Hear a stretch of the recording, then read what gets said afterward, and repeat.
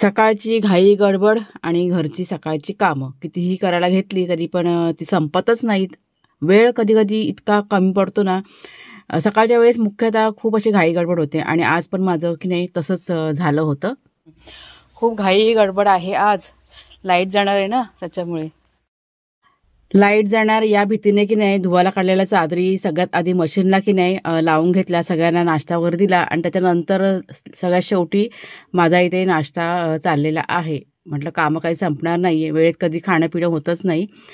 चादरी धुवून झाल्या आणि त्याच्यानंतर बघा इथे सुकत घालायला की नाही सुरुवात केलेली आहे. बागेतलं पण थोडंसं काम आज करायचं होतं. तर हे तयार झालेलं खत ते पण झाडांना घालायचं होतं, पण खूप उशीर झाला त्याच्यामुळे हे काम पण माझं की नाही आज राहून गेलेलं आहे. ते आता उद्यावरती ढकललं आहे.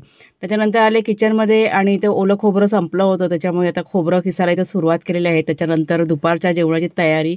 सकाळी नाश्ता करून झाला, दुपारचं जेवण आणि त्याच्यानंतर घरातली इतर कामं. तर इथे पटापट डाळ आणि भाजी सगळं करून घेतलं, फोडणीला घातलं.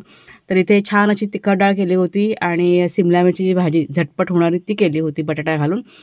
थोडंसं किचन इथे जरा आवरायला घेतलं. म्हणजे घरातली कामं इतकी असतात आणि जेव्हा कधी-कधी असं म्हटलं जातं ना, की पूर्ण दिवस तू घरात करते काय?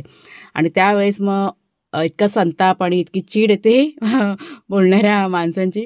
त्याच्यामुळे घरातली कामं जी असतात ना, जी बाई करते ना, कधीच संपणार नसतात.